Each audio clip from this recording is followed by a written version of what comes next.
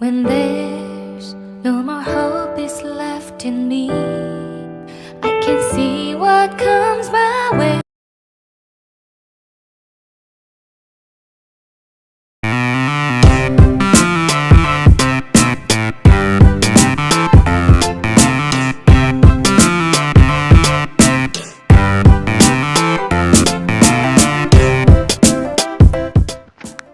एक समय की बात है।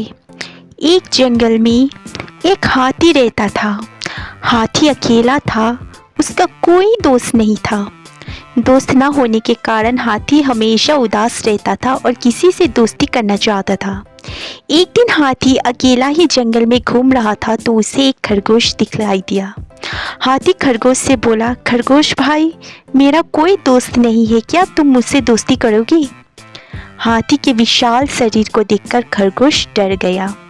उसे लगा वो कभी भी हाथी के पैरों के नीचे आकर दब सकता है। खरगोश डरकर बोला, हाथी भाई, आप इतने बड़े हो और मैं इतना छोटा सा जानवर, मेरा घर भी छोटा है, इसमें आप आ भी नहीं सकते, इसीलिए हमारी दोस्ती नहीं हो सकती। खरगोश के मना करने पर हाथी जंगल में आगे निकल गया और उसे पेड़ पर कुछ बंदर उछलते कूदते दिखलाई दिए। हाथी बंदरों के पास जाकर बोला, क्या तुम लोग मुझसे दोस्ती करोगे? बंदरों का सरदार बोला, हाथी महाराज, आप तो इतने बड़े हो, आपको दोस्तों की क्या ज़रूरत है? हम तो छोटे छोटे बंदर हैं और पेड़ों पर रहते हैं, इन्हीं में उछल कूद करते हैं।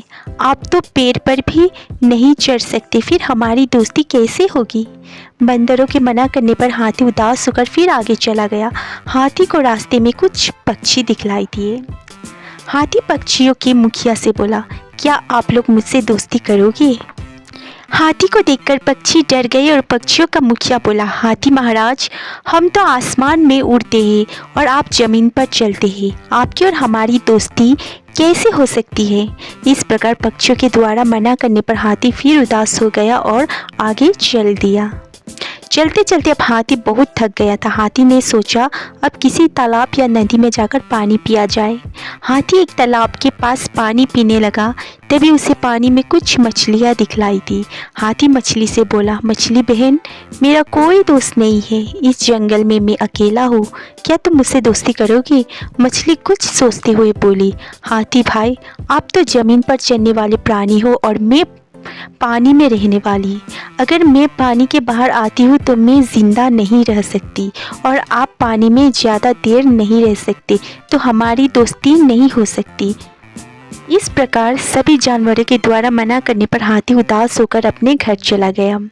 एक दिन हाथी ने देखा कि जंगल के सारे जानवर बहुत ज़्यादा डरे हुए हैं और वो सब डरते हुए इधर उधर भाग रहे हैं। हाथी ने उनसे पूछा, आप सब जानवर इस तरह इधर उधर क्यों भाग रहे हो?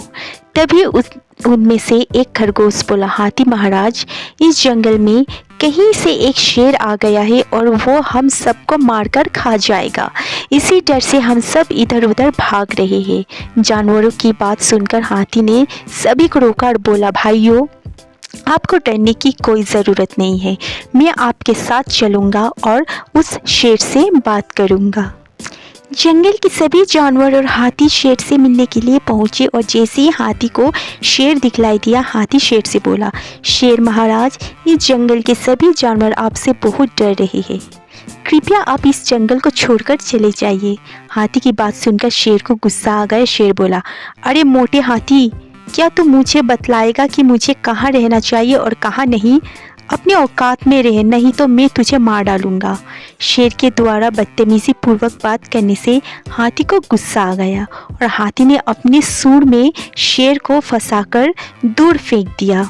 अब हाथी और शेर की लड़ाई शुरू हो गई, जिसमें शेर की बहुत बुरी हार हुई और बुरी तरह घायल होने के कारण वो जंगल छोड़कर भाग गया।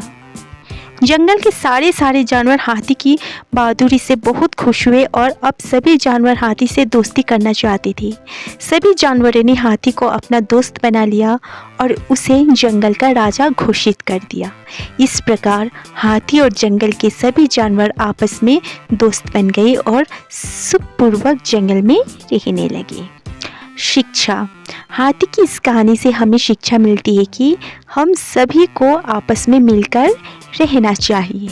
धन्यवाद। तो ये थी आज की हाथी की एक छोटी सी कहानी।